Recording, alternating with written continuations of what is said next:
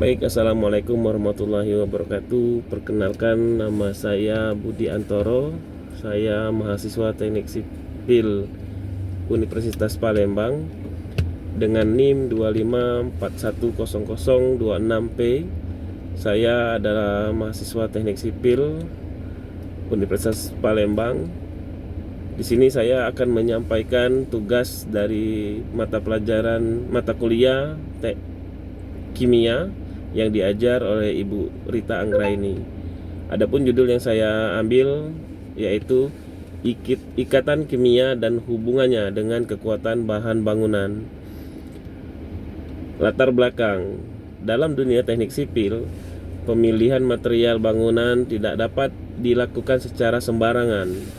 Setiap material memiliki sifat fisik dan mekanik yang sangat dipengaruhi oleh struktur kimia dan penyusunnya. Ikatan kimia merupakan dasar bagi terbentuknya material, sekaligus menentukan kekuatan, kekerasan, elastisitas, dan ketahanan material terhadap kerusakan.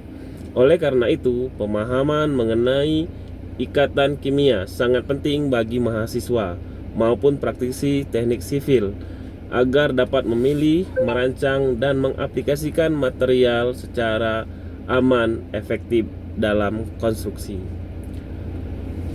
Tujuan pembahasan ini adalah untuk menjelaskan jenis-jenis ikatan kimia menurut teori kimia modern, serta menguraikan bagaimana jenis ikatan tersebut berpengaruh langsung terhadap sifat-sifat material bangunan seperti beton, baja, silikat, dan aspal. Melalui pemahaman ini, diharapkan mahasiswa dapat memahami hubungan antara struktur mikroskopis material dalam kekuatan dan fungsi material dalam konstruksi.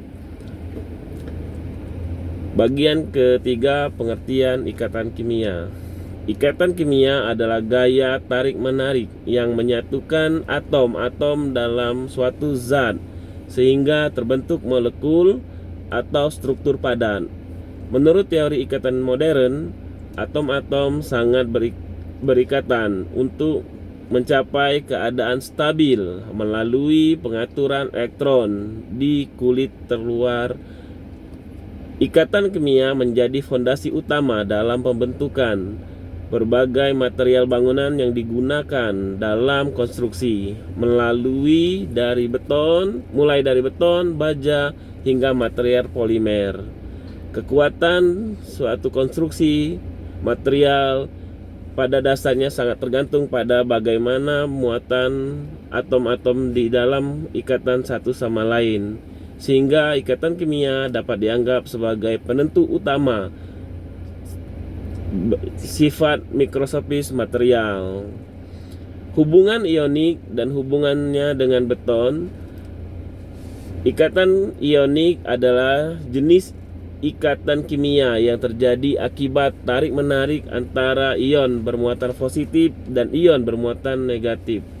Ikatan ini biasanya terjadi pada senyawa anorganik seperti oksida dan silikat yang menjadi komponen utama semen. Dalam proses pengerasan beton, reaksi hidrasi semen menghasilkan senyawa kalsium silikat hidrat yang memiliki karakter ikatan ionik kuat. Ikatan ini membuat beton menjadi keras, kaku, dan memiliki ketahanan tekan yang tinggi. Namun, karena sifat ikatan ionik cenderung rapuh, beton yang memiliki kelemahan yaitu lebih mudah mengalami retak dan memiliki daya tarik. Ikatan kovalen dan material silikat. Ikatan kovalen terbentuk ketika dua atom berbagi pasangan. Elektron ikatan ini memiliki kekuatan yang sangat tinggi dan stabil. Dalam teknik sipil, ikatan kovalen banyak ditemukan dalam material berbasis silikat seperti pasir, batuan, kaca, dan keramik.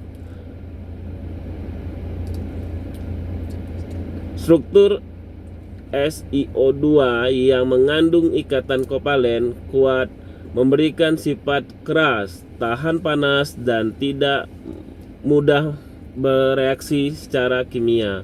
Oleh karena itu, material berbasis silika sangat cocok digunakan untuk agregat pada beton, lapisan pelindung, dan sebagai material penyusun bata dan keramik. Ikatan logam dan kekuatan baja.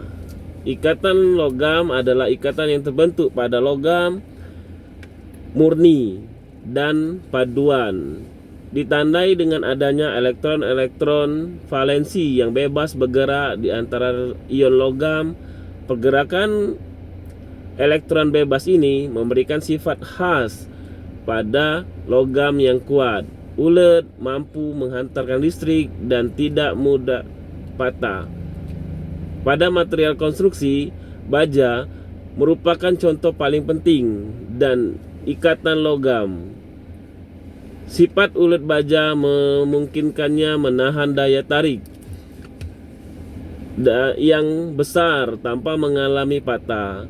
Hal ini membuat baja sangat ideal digunakan sebagai tulangan beton karena dapat bekerja sama dengan beton yang kuat dan menahan tekanan.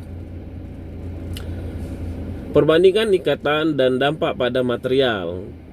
Setiap jenis ikatan kimia memiliki sifat material yang berbeda-beda. Ikatan ionik menghasilkan material yang keras namun rapuh, seperti beton dan keramik. Ikatan kovalen menghasilkan material yang keras dan stabil, seperti silika dan polimer tertentu. Sementara itu, ikatan logam menghasilkan material yang kuat namun tetap elastis, seperti baja. Pemahaman ini sangat penting karena merupakan bagian bagaimana suatu material akan berperilaku ketika diberi beban, suhu tinggi, tekanan, maupun paparan lingkungan korosif.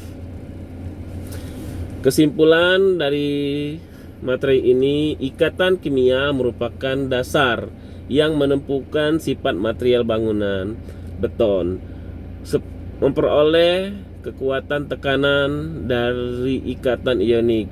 Baja memperoleh kekuatan tarik dan keuletan dari ikatan logam.